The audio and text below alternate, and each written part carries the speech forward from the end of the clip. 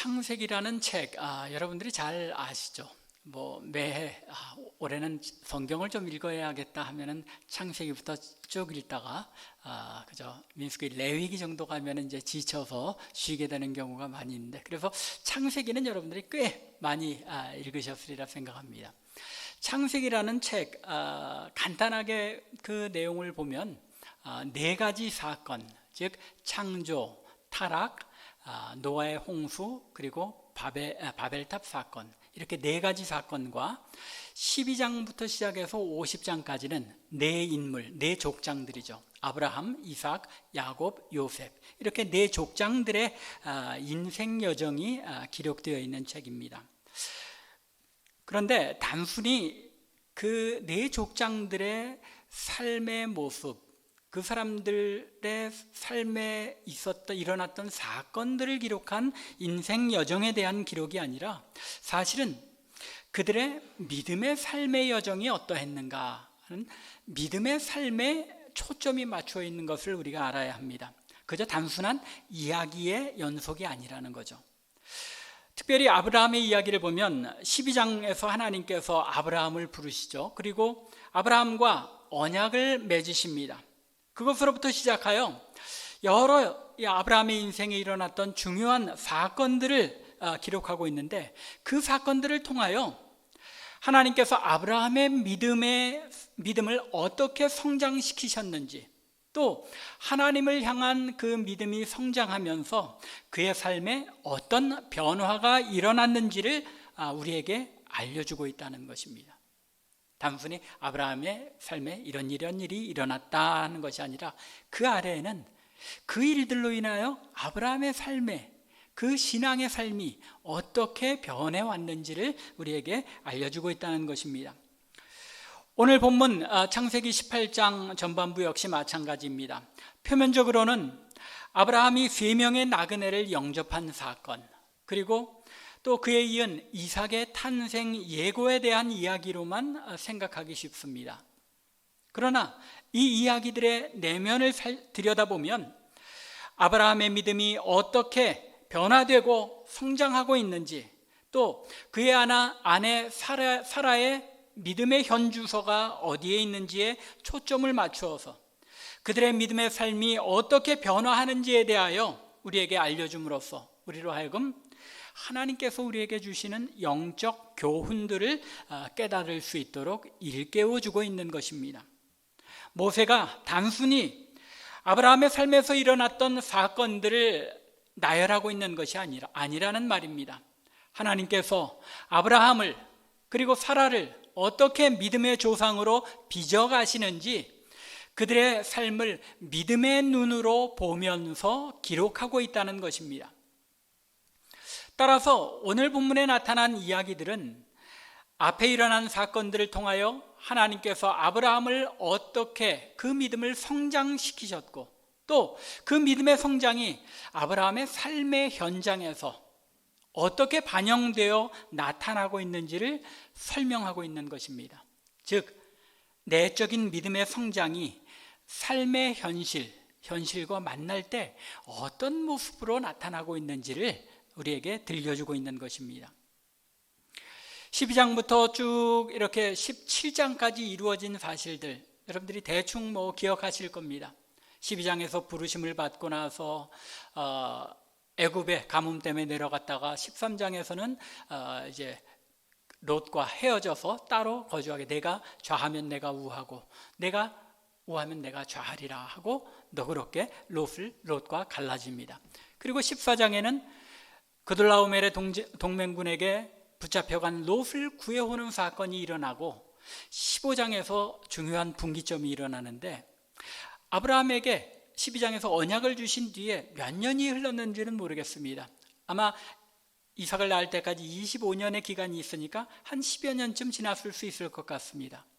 자신들에게 여전히 아이가 없자 아브라함이 뭐라고 생각합니까? 내 집에서 길리운 내 종이 나의 후사가 되리이다 라고 하나님 앞에 말합니다. 그러자 하나님께서 어떻게 하십니까? 그 후반에서 아브라함과 다시 언약을 갱신하십니다. 짐승을 두 쪽으로 갈라놓고 그 사이를 횃불로 하나님께서 지나가심으로써 내가 이 언약을 이루리라 라고 약속을 하십니다. 그러고 나서 또 시간이 지난 것 같아요. 16장에 가보니까 아브라함과 사라가 또 어떤 실수를 합니까? 아무래도 자녀가 없는 걸 보니까 우리가 하가를 아브라함에게 드려서 이제 이스마엘을 낳음으로써 그 하나님의 언약을 이루어가야 하겠다 하고, 누구의 생각으로 이루고자 하는 겁니까? 사람의 생각을 가지고 하나님의 그 언약을 이루려고 트라이합니다. 하나님께서 다시 한번 아브라함에게 나타나셔서 17장에 보면 17장 2절에서 내가 내 언약을 나와 너 사이에 두어 너를 크게 번성하게 하리라. 누가 하겠다는 겁니까? 내가 이루리라 라고 말씀하시면서 아브라함과 사라의 이름을 바꿔주십니다. 그리고 19절에 가보면 낳게 될 아들의 이름까지도 내 아내 사라가 내게 아들을 낳으리니 너는 그 이름을 이삭이라 하라 라고 이삭이라는 이름까지 들려주십니다. 그리고는 23절과 27절에 나타난 바와 같이 이제 아브라함이 해야 하는 일은 그저 자신이 하나님께서 약속하신 그 언약의 대상자, 하나님께서 능히 그 언약을 이루실 것임을 믿고 따르는 가운데 하나님과 언약 백성된 자의 그 사이에 나타내는 표징으로서 온 가솔들에게 할례를 행하기만 하면 되는 것이었습니다. 그 결과대로, 그 뜻대로 그 집의 모든 남자들이 다 아브라함과 함께 할례를 받게 됩니다. 다시 한번 언약을 확실하게 아브라함으로 하여금 확증하도록 이 할례라는 증표로 언약을 갱신하신 것입니다. 따라서 오늘 본문 18장에서 아브라함의 믿음을 성장시키는 이러한 사건들이 어떻게 아브라함과 사라의 삶의 현장에, 삶의 현실과 만났을 때 어떤 모습으로 나타났는지를 살펴보며 우리가 은혜를 나누기를 원합니다. 아브라함의 믿음이 삶의 현실에서 어떻게 달라졌는지는 첫째로 방문자들을 대접하는 아브라함의 모습 속에서 잘 나타납니다. 중동 지역의 대낮입니다. 뜨거운 태양 아래 아무것도 할 수 없는 그런 시간이었을 겁니다. 이 시간에 그 지역의 사람들이 대충 어떻게 한다고 그럽니까? 낮에 낮잠을 잔다고 그러죠. 그 지역의 그 시간에 대부분 사람들이 그러했듯이 아브라함도 무료한 시간을 보내고 있었을 것입니다. 천막 앞에 무료하게 앉아서 부채질이라도 하면서 땀을 식히고 있다가 그만 깜빡 졸았는지도 모르겠습니다. 그러다가 언뜻 눈을 떠서 바라보니까 저편에 누가 있습니까? 멀리 맞은편에 세 사람이 서 있는 것입니다. 모세가 이 이야기를 하면서 1절에서 여호와께서 나타나신 것으로 설명하고 있기 때문에 여러분들과 저는 이미 이 나타난 세 사람 중에 한 분이 여호와 하나님이시고 다른 두 사람은 천사들이었을 것이다 하고 분명하게 알고 있지만, 지금 아브라함은 이 세 사람이 누구인지 알고 있습니까? 알지 못하는 상황입니다. 세 사람의 방문자가, 나그네가 이 대낮 그 뜨거운 볕 아래서 지나가고 있다가 우리 부족들을 우리에게 방문하였구나 하고 생각했습니다. 아브라함은 그들을 보자마자 얼른 달려나갑니다. 그리고는 몸에 땅을 굽히며 3절에 언급한 것처럼 내 주여 내가 주께 은혜를 입었사오면 원컨대 종을 떠나 지나가지 마옵시고 마시옵고라고 엎드려서 간청합니다. 손님들을 엎드려서 간절하게 붙든 것입니다. 손님을 맞는 자세치고는 조금 이상할 정도로 저 자세 아닙니까? 그들이 누구인지, 어디에 어떤 일로 가는지도 모르는 사람들인데 자신의 집에 들여 맞이하려고 애를 쓰고 있습니다. 아브라함이 숙박업소를 하고 있는 것도 아니고 주막을 하고 있었다면 혹시 지나가는 사람들 호객 행위를 할 수 있었겠죠. 그런데 아브라함은 한 부족의 족장입니다. 그리고 사실 14장에서 이미 드러난 바와 같이 여러 왕들과 싸워서 이길 수 있을 정도로 군사력까지 갖춘 그런 왕과 같은 그런 인물입니다. 비록 친족들로 구성된 부족은 아니었지만 그래도 수백 명의 무리를 이끄는 족장입니다. 그런데 그런 아브라함이 이 세 손님들 앞에 엎드려 부탁하고 있는 것입니다. 그리고는 그들에게 최대한의 자신이 할 수 있는 최고의 대접을 제공합니다. 3절 이하에 보면 4절 5절에 계속되는 내용을 보면 물을 가져다가 발을 씻게 하고 그늘에 앉아서 쉬는 동안 떡을 대접하겠다고 합니다. 하지만 계속되는 이야기를 보면 떡만 제공한 것이 아니라 무엇을 대접합니까? 송아지를 잡고 버터와 우유를 함께 대접합니다. 그 당시에 있을 수 있는 가장 최고의 대접을 한 거죠. 그리고 거기에 보면 고운 가루 3스아를 가져다 반죽해서 떡을 만들라고 사라에게 이야기를 했는데, 여러분들 그냥 읽을 때는 이 3스아가 이 손님들 먹기에 충분할 정도겠지 하고 생각하기 쉽습니다. 그런데 사무엘상 25장에 가보면은 나발의 아내 아비가일이 이 다윗을 그리고 다윗의 군사들을 먹이기 위해서 음식을 가져오는데, 이 고운 가루 몇 쌀을 굽냐면은 5쌀을 구워서 400명의 군사들을 대접합니다. 5쌀에 400명이라면 3쌀은 몇 명 정도 되겠습니까? 250명 정도가 먹을 떡을 지금 만들고 있는 겁니다. 단순히 이 손님들만 대접한 게 아니라는 이야기죠. 온 부족이 함께 즐겁게 이 음식들을 누릴 수 있도록 잔치를 벌였다는 것입니다. 그리고는 8절에 보면 그들 앞에 이렇게 잔치를 차려놓고 자신은 어떻게 합니까? 나무 그늘에 서서 그들을 대접하기 위해 대기하고 있는 겁니다. 혹시라도 음식이 부족하면 자신이 들어 나르기라도 하듯이, 마치 요즘 레스토랑에 가면 이제 거기 접대하는 사람들이 서서 저는 아브라함입니다. 여러분들을 오늘 섬길 접대할 사람입니다 하고 이야기하듯이 아브라함이 그렇게 나무 아래 서 있는 겁니다. 요즘도 송아지 한 마리를 잡는다는 것은 대단한 잔치를 배설하는 것을 의미합니다. 그런데 손님 3사람을 대접하기 위해 송아지 한 마리를 잡는다는 것, 최고의 극진한 대접, 그와 더불어서 온 부족이 즐기는 이런 큰 잔치로 저들을 대접하고 있는 것입니다. 혹시 3절에서 아브라함이 내 주여 내가 주께 은혜를 입었사오면 이라고 말한 것에 비추어 아브라함이 그 3사람 중에 한 분이 여호와 하나님이신 것을 알았기 때문에 이렇게 극진하게 대접한 것이 아닌가 하고 생각할지도 모르겠습니다. 하지만 이 표현은 여기서 내 주여 내가 주께 은혜를 입었사오면 이라는 표현은 단순히 여호와 하나님을 알았기 때문이 아니라 고대 이스라엘의 사회에서 그리고 중동 지역에서 자기를 낮추고 상대방을 지극히 높이는 표현으로서 높여 부를 때에 사용하는 일상적인 표현이었다는 것입니다.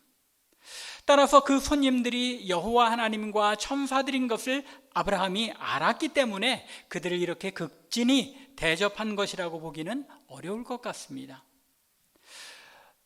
더욱이 히브리서 13장 2절에 보면 뭐라고 이야기합니까?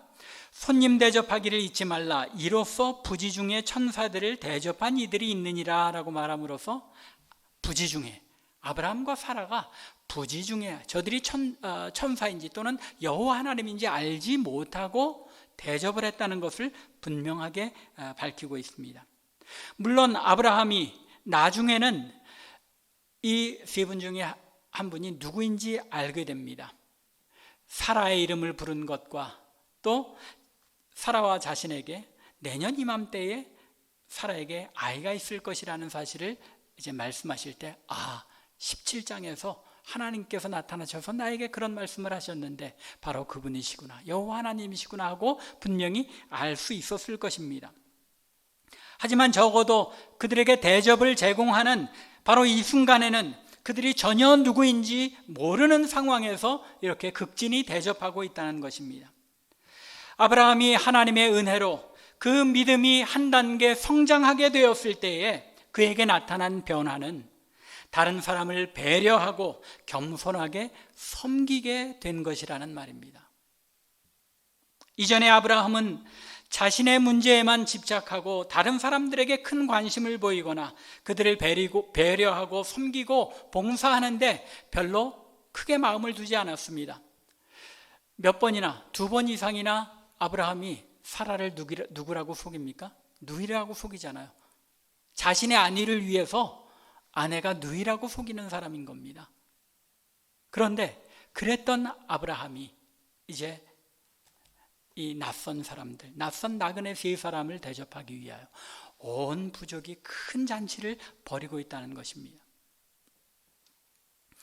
아브라함의 마음을 붙들고 있던 가장 큰 관심사는 이제까지 지나온 사건들을 보면 무엇이었습니까? 하나님께서 자신을 큰 민족을 이루게 하신다고 했는데 우리에게 자녀가 없다는 사실, 이것이 큰 마음의 근심거리였고 마음에 걸리는 사실이었습니다. 그런데 이제 16장에서 하갈을 통해 이스마엘을 낳는 커다란 실패를 경험하는 동시에 17장에서 하나님께서 친히 모든 것을 내가 이루리라 라고 약속하신 이 언약의 갱신과 그 언약의 증거로 할례를 받고 난 이후에 아브라함의 믿음이 한 단계 성숙되어진 것입니다. 그리고 그 결과가 바로 낯선 나그네들을 대접하되 극진하게 최선을 다해서 섬기고 봉사하는 모습으로 나타나게 되었다는 것입니다. 성도들의 믿음이 한 단계 성숙될 때에 나타나는 현상은 성도들과 다른 이웃들, 심지어 모르는 낯선 나그네에 이르기까지 환대하고 그들을 섬기게 된다는 것입니다. 성도 여러분들, 여러분들의 신앙이 얼마나 성숙되었는지 알기 원하십니까? 여러분들이 다른 성도들, 이웃들, 그리고 내가 모르는 사람들에게 어떻게 대하고 어떻게 그들을 섬기는지를 되돌아보시면 나의 신앙의 현주소가 어딘지 알 수 있을 것입니다. 우리는 혹시 내가 알지 못하는 사람은 외면하고 마는, 심지어는 내가 아는 사람들조차도 내가 기분 나쁘면 외면하고 마는 그런 모습으로 우리의 신앙의 모습을 나타내고 있지는 않습니까? 아브라함이 하나님의 은혜로 그 언약을 갱신하고 할례라는 징표를 통해서 믿음이 한 단계 도약되었을 때 자신의 삶의 현실에서 그 믿음이 어떻게 드러나게 됩니까? 모르는 사람들에게까지도 극진히 대접할 수 있는, 섬기고 봉사하는 삶의 모습이 저에게 나타났던 것입니다. 신앙의 성장이 이루어지고 성숙되었을 때 누군지 알지조차 못하는 손님들을 지극정성으로 대접하였던 아브라함과 사라처럼 우리의 신앙이 성숙됨에 따라 다른 성도들, 이웃 사람들 혹은 낯선 사람들에게까지 섬기고 봉사할 수 있는 저와 여러분들, 우리 참빛교회 되기를 주님의 이름으로 간절히 축원합니다. 아브라함의 믿음이 한 단계 성숙되었을 때 아브라함에게 나타난 또 다른 변화된 모습은 하나님과 교제에 있어서 나타났습니다. 하나님께서 아브라함에게 나타나신 것이 이번이 처음은 아니었습니다. 12장에서 분명하게 아브라함이 갈대아 우르를 떠나라고 명하실 때에도 아브라함에게 나타나서 말씀하셨지만 그때는 말씀으로만 나타나셨습니다. 또 15장에서도 짐승을 둘로 쪼개서 언약을 갱신하셨을 때에도 아브라함에게 나타나셨지만 이상 중에 나타나셔서 횃불로 쪼갠 짐승들 가운데를 지나셨습니다. 또 17장에서도 아브라함에게 나타나셔서 말씀하셨지만 17장에서는 하나님께서 어떤 형상과 모습으로 나타나셨는지 또는 말씀으로만 나타나신 것인지에 대해서도 정확하게 알기가 어렵습니다. 그런데 이제 18장에 이르러서는 여호와 하나님께서 아브라함에게 나타나셨는데 어떤 모습으로 나타나셨습니까? 사람의 모습으로 나타나셨다는 것입니다. 사람의 모습으로 나타나신 것은 성경 전체에서 이것이 첫 번째 사건이라는 것입니다. 기드온에게도 여호와의 사자가 나타났습니다. 여호와의 사자가 기드온에게 나타나셨을 때 고기와 국으로 기드온이 대접하였지만 여호와의 사자가 그것을 먹지는 않았습니다. 지팡이 끝에서 불이 나와서 그 음식을 불태우기만 했습니다. 사사기 6장에 나타난 이야기죠. 또 삼손의 13장에 가보면 삼손의 아버지 마노아에게 여호와의 사자가 나타났을 때에도 마노아가 염소 새끼 한 마리를 준비하였지만 그것을 제물로 바쳐서 불사르게 하였습니다. 즉 음식을 함께 먹고 누리는 그런 잔치, 만찬을 즐기지는 않았다는 것입니다. 그런데 오늘 본문에서는 여호와의 사자가 사람으로 나타나셨을 뿐만 아니라 음식까지 드시면서 아브라함과 또는 아브라함의 온 가솔들과 함께 큰 축제의 자리에 함께 하신 것입니다. 하나님께서 아브라함을 얼마나 특별하게 대우하셨는지를 분명하게 나타내 보여주시는 것입니다.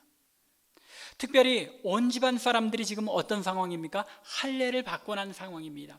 하나님의 언약 백성인 것을 온 그 부족의 사람들이, 가솔들이 다 할례를 받음으로써 확증한 이후입니다. 즉 하나님의 백성의 언약 공동체가 되었을 때에 하나님께서 직접 사람의 모습을 하시고 아브라함에게 찾아오셔서 그들의 잔치를 대접받으심으로써 무엇을 확증하신 것입니까? 하나님의 백성의 공동체에 하나님께서 함께 거하신다는 것을 분명히 나타내 보여주신 것입니다. 예수 그리스도로 말미암아 우리들이 진정한 하나님의 백성의 공동체가 되었을 때 우리 가운데 하나님께서 함께 하실 것임을 미리 상징적으로 나타내 보여주신 것입니다. 하나님께서 믿음의 조상으로 세우시기를 원하시는 아브라함에게, 그리고 성경에서 유일하게 야고보서 2장 23절에서 아브라함을 하나님의 벗이라고 칭하신 그 아브라함에게 나타나셔서 그와 교제하신 것입니다. 얼마나 특별한 사건입니까?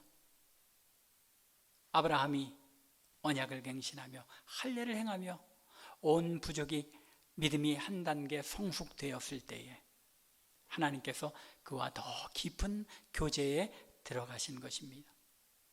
비록 16장에서 아브라함은 하나님의 약속을 믿고 의지하는 데 실패했지만 하나님께서는 아브라함에게 자신의 약속을 더욱더 분명하게 확증해 주시고 할례까지 행하여 하나님의 언약의 증거를 몸에 지니게 하심으로써 아브라함의 믿음을 한층 더 성숙하게 도약하게 하실 뿐만 아니라 아브라함을 하나님의 특별한 사람으로 대우하신 것입니다.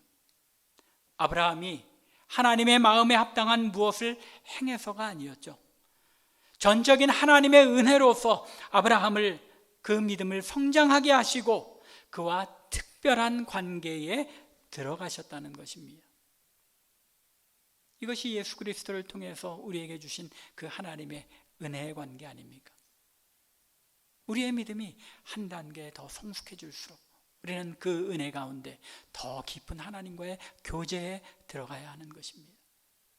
우리의 믿음의 성숙이 우리의 삶의 현실에서 다른 사람들에게 봉사하고 섬기는 것만이 아니라 더 깊은 하나님과의 교제에 들어가는 삶의 모습으로 드러나야 한다는 것입니다. 우리 참빛교회 성도님들의 삶에도 이러한 믿음의 성장이 있기를 바랍니다. 믿음의 삶이 성장하고 발전함으로 말미암아 삶의 현실 속에서 서로 섬기기를 먼저 하며 주위 이웃을 위해 봉사하는 가운데 하나님과 더 깊은 교제를 누리며 맛보는 참빛교회 성도들 여러분들과 제가 될 수 있기를 주님의 이름으로 간절히 축원합니다. 마지막으로 우리가 살펴보며 대조해 보아야 할 것은 사라의 믿음입니다. 9절 이하에 나타난 내용이죠. 10절을 보면 여호와께서 아브라함에게 내년 이맘때 내가 반드시 내게로 돌아오리니 내 아내 사라에게 아들이 있으리라 라고 말씀하시는 것을 사라가 듣습니다.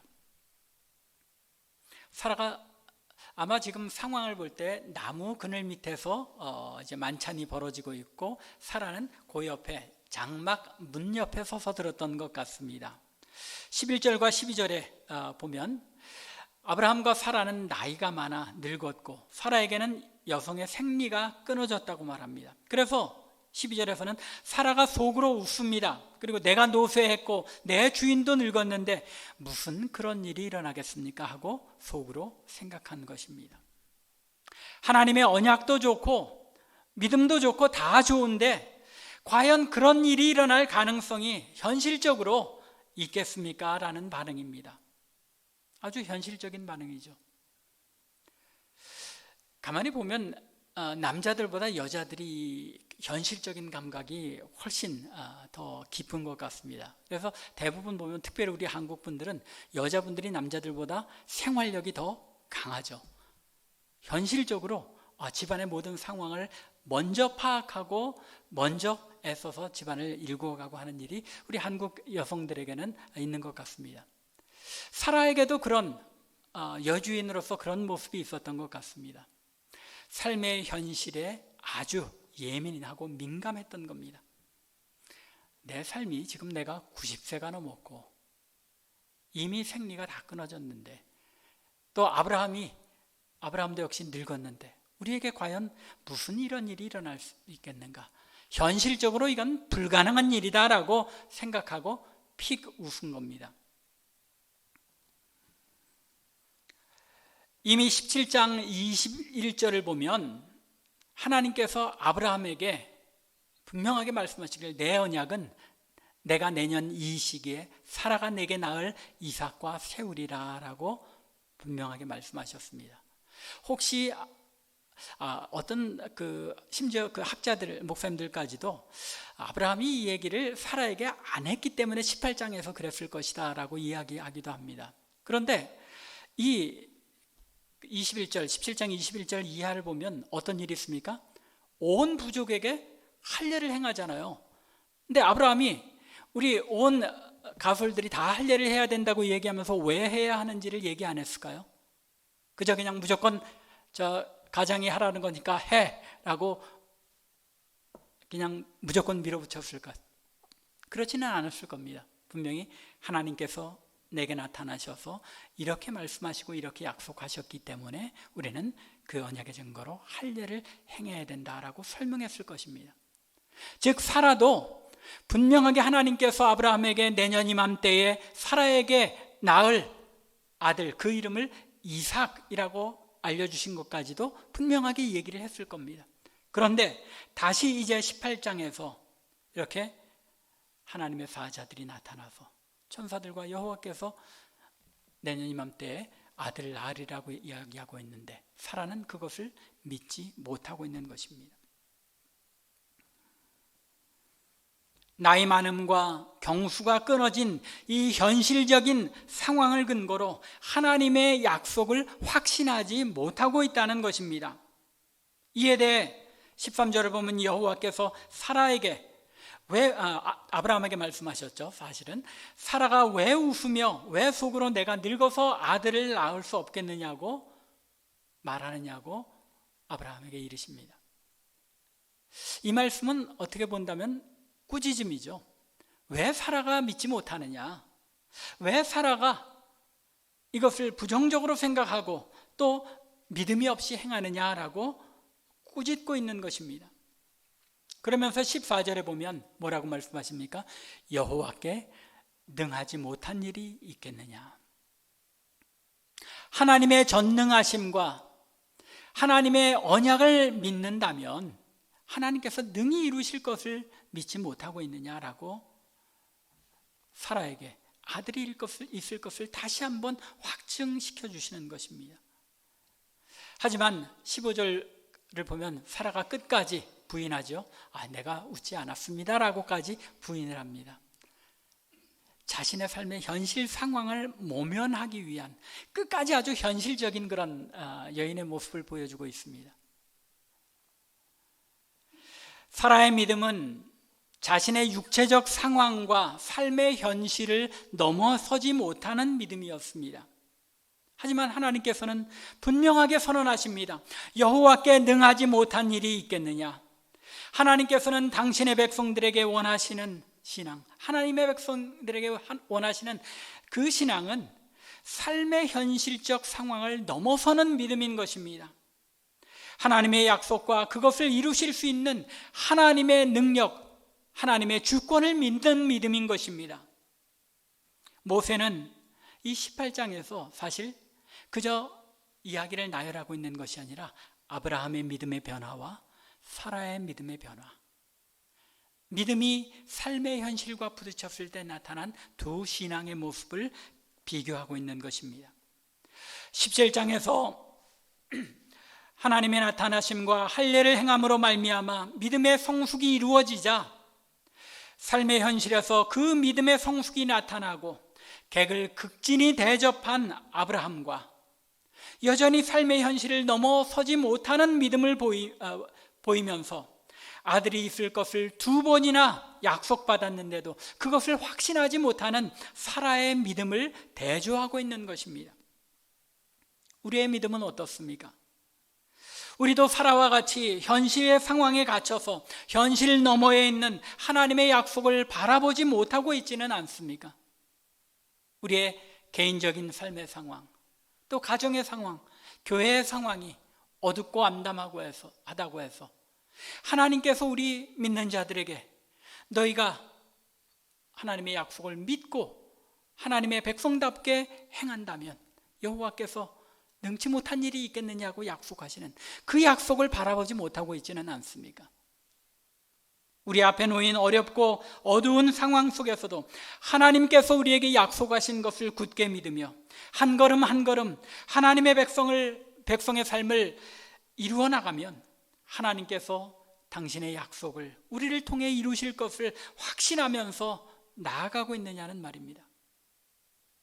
믿음이 현실의 삶을 변화시켜서 나그네를 극진히 섬김으로써 하나님과 더 깊은 교제에 들어간 아브라함의 믿음을 우리가 본받을 수 있어야 하는 것입니다. 내 삶의 상황보다는 하나님의 전능하심과 그 하나님의 약속을 믿을 수 있는 여러분들과 제가 될 수 있기를 바랍니다. 물 위를 걷다가 물결이 요동치는 것을 내려다보고는 두려워하여 물에 빠졌던 베드로를 기억하시기 바랍니다. 주님께서 베드로에게 뭐라고 꾸짖으십니까? 왜 의심하였느냐? 믿음이 적은 자요.